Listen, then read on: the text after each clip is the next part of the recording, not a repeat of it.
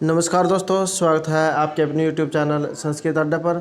दोस्तों, इस वीडियो में हम करने वाले हैं चाइल्ड डेवलपमेंट के महत्वपूर्ण क्वेश्चन जो आपके आगे आने वाले एग्जाम के लिए महत्वपूर्ण रहेंगे।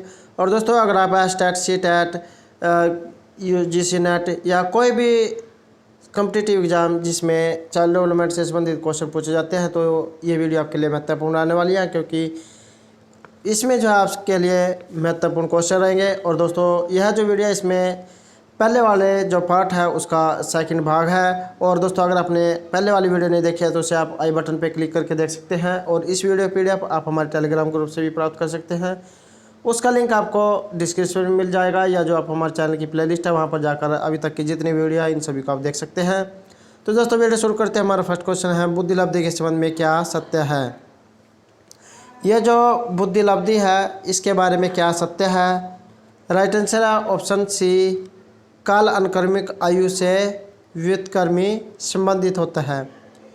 तो ये जो बुद्धि लब्धि तथा जो काल अनकर्मिक आयु है ये परस्पर जो है व्युत्क्रम अनुपातिक रूप से संबंधित होती है।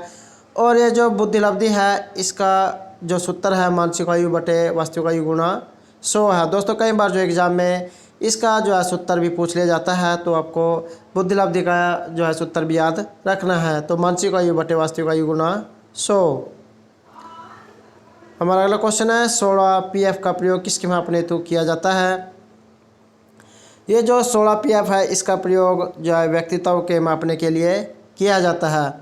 तो ये जो 16 PF है इसका प्रयोग व्यक्तित्व का जो मापन है इसके हेतु किया जाता है। और इस परीक्षण का जो निर्माण है कैटल के द्वारा किया गया था। दोस्तों, एग्जाम में भी पूछा जा सकता है कि 16 जो PF है इसका जो मापन का प्रयोग है परीक्षण है किसके द्वारा किया गया था। तो मनोवैज्ञानिक जो है कैटल के द्वारा इसका प्रयोग जो है किया गया था। और इस परीक्षण के अंतर्गत जो है 17 वर्ष से अधिक आयु वाले व्यक्तियों की 16 शील जो गुण होते हैं उनका मापा जाता है, इसलिए जो है 16 PF जो इसको नाम दिया गया है। नेक्स्ट क्वेश्चन है, निम्नलिखित में से कौन सा कारक स्मृति से संबंधित नहीं है। तो कौन सा कारक है जिसका संबंध स्मृति से नहीं है। राइट आंसर है ऑप्शन डी, अनुभूति का संबंध जो है स्मृति से नहीं है। पहचान, धारणा तथा जो पुनः स्मरण है इसका जो सीधा संबंध है ये स्मृति से होता है, परंतु जो अनुभूति होती है ये किसी विशेष अवस्था में होने वाली एक क्रिया है। नेक्स्ट है, मैस्लो के जो अभिप्रेरणा सिद्धांत है इसको क्या कहा जाता है। ये जो मनोवैज्ञानिक थे मैस्लो, इन्होंने अभिप्रेरणा का जो सिद्धांत दिया था तो इसको क्या कहा जाता है। राइट आंसर है ऑप्शन ए, आवश्यकता का सिद्धांत। तो मैस्लो के जो अभिप्रेरणा सिद्धांत को जो आवश्यकता का सिद्धांत कहा जाता है। नेक्स्ट है, उत्सुकता परीक्षण इनमें से किसका घटक है। ये जो उत्सुकता जो होती है किस चीज़ के लिए उत्साह, तो इसमें से किसका घटक है। राइट आंसर है ऑप्शन ए, सृजनात्मकता। तो ये जो घटक है ये सृजनात्मकता के लिए जाना जाता है। और दोस्तों, अगर एग्ज़ाम में सृजनात्मकता क्रिएटिविटी से संबंधित कोई इस प्रकार का शब्द आ जाता है तो 99% जो है उसके जो है राइट होने के चांस रहते हैं। नेक्स्ट क्वेश्चन है, निम्न में से कौन सृजनात्मकता से संबंधित नहीं है। तो किसका जो संबंध है इसमें से सृजनात्मकता से नहीं है। राइट आंसर है ऑप्शन सी, मितव्ययिता अर्थात जो झूठ होता है इसका संबंध जो है सृजनात्मकता से नहीं है।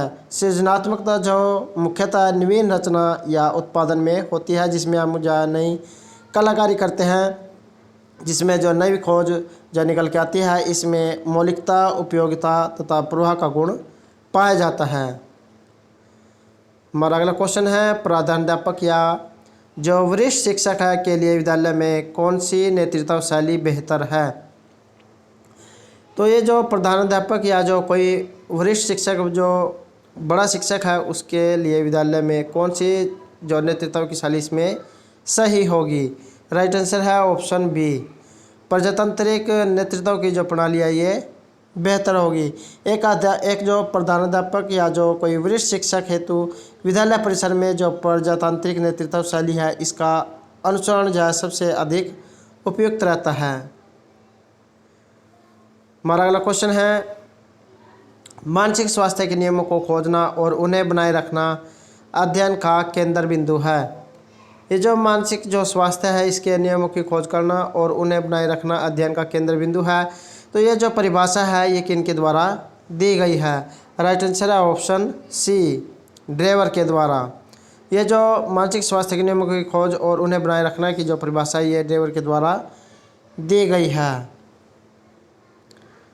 नेक्स्ट है, निम्नलिखित में से कौन सा भूलने का सिद्धांत है? ये जो भूलने का जो सिद्धांत है इसका संबंध किससे है? राइट आंसर है ऑप्शन बी, प्रतिपकारी अवरोध से।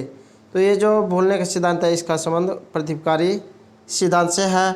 और जो ये प्रतिपकारी अवरोध अर्थात जो बोलना, जिसे विसंवरण भी कह देते हैं, कि ये एक सिद्धांत है। और इस सिद्धांत के अनुसार मौलिक रूप से सीखी गई विषय वस्तु तथा उसके धारण की जांच के बीच में किसी अन्य विषय वस्तु को सीखने पर मौलिक रूप से सीखी गई विषय वस्तु की जानकारी में कुछ कमी उत्पन्न हो जाती है।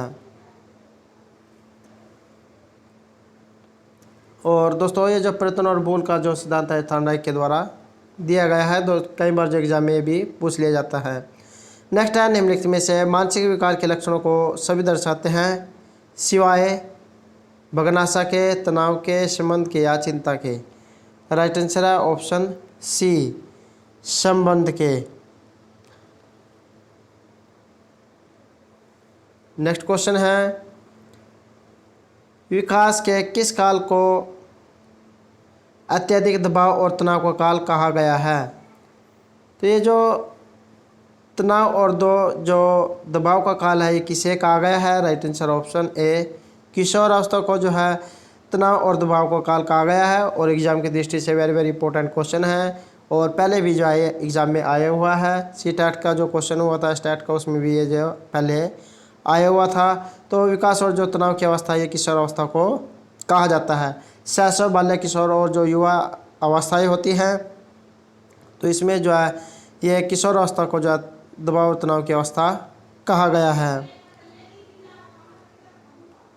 नेक्स्ट क्वेश्चन है, निम्न में से कौन सा लक्षण किसी मापक उपकरण के लिए सबसे अधिक वांछनीय है?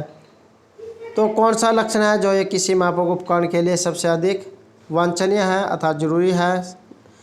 राइट आंसर ऑप्शन ए, विश्वसनीयता का होना जो है सभी के लिए जरूरी है। तो विश्वसनीयता जो है किसी मापक उपकरण का सबसे अधिक जो वांछनीय गुण है। और जिस उपकरण का वास्तविक प्रसारण का अनुपात संयोग प्रसारण के अनुपात में जितना अधिक होगा उसकी विश्वसनीयता जो है उतनी ही अधिक होगी। नेक्स्ट है, थ्रस्टन तथा जो ये लिकर्ट है इनमें से किसके मापन से संबंधित है? इनका संबंध किससे है? बुद्धि से, अभिवृत्ति से, मूल्य से या व्यक्तित्व से? राइट आंसर ऑप्शन बी, अभिवृत्ति थे। तो ये जो थ्रस्टन तथा जो लिकर्ट है इनका संबंध जो है अभिवृत्ति से रहा है। हमारा अगला क्वेश्चन है, बुद्धि का तरल मोजक मॉडल किसने दिया था? ये भी जो क्वेश्चन है वेरी वेरी इंपॉर्टेंट क्वेश्चन है। बुद्धि का जो तरल मोजक मॉडल है ये कैटल के द्वारा दिया गया था। राइट आंसर ऑप्शन ए, बुद्धि का जो तरल मोजक मॉडल कैटल तथा जो हॉर्न है इनके द्वारा दिया गया था। और इस मॉडल के अनुसार व्यक्ति में सोचने और तर्क करने की जो जन्मजात शक्ति होती है अर्थात तो उसके पूर्वजों से जो उसमें जो जिन होते हैं वो मिलते हैं। नेक्स्ट है और महाराज का अंतिम प्रश्न है, बच्चे के संज्ञानात्मक विकास हेतु उत्तम स्थान? तो एक बच्चे के जो संज्ञानात्मक है इसके विकास हेतु उत्तम स्थान किसे दिया गया है? राइट आंसर ऑप्शन डी, विद्यालय और जो कक्षा का जो वातावरण है उसको बच्चे के संज्ञानात्मक विकास के लिए महत्वपूर्ण माना गया है। विद्यालय एवं कक्षा का जो वातावरण है ये बालक का जो संज्ञानात्मक विकास हेतु उत्तम स्थान है, जहाँ उसे संवेदी सूचनाओं को ग्रहण कर उसका रूपांतरण, विस्तारण, संग्रहण और लाभ ग्रहण करने के अवसर जो उसे मिलते हैं और जहाँ पर जो उसके जो इच्छाएं हैं वो पूर्ण होती हैं। तो दोस्तों ये थे हमारे आज के बाल विकास एवं शिक्षा शास्त्र के महत्वपूर्ण क्वेश्चन। दोस्तों अगर आपको हमारे क्वेश्चन अच्छे लगे हो तो हमारे चैनल को सब्सक्राइब कीजिएगा, लाइक कीजिएगा और ज़्यादा से ज़्यादा ग्रुपों में शेयर कीजिएगा। और दोस्तों हमारे साथ अंत तक बनाने के लिए धन्यवाद।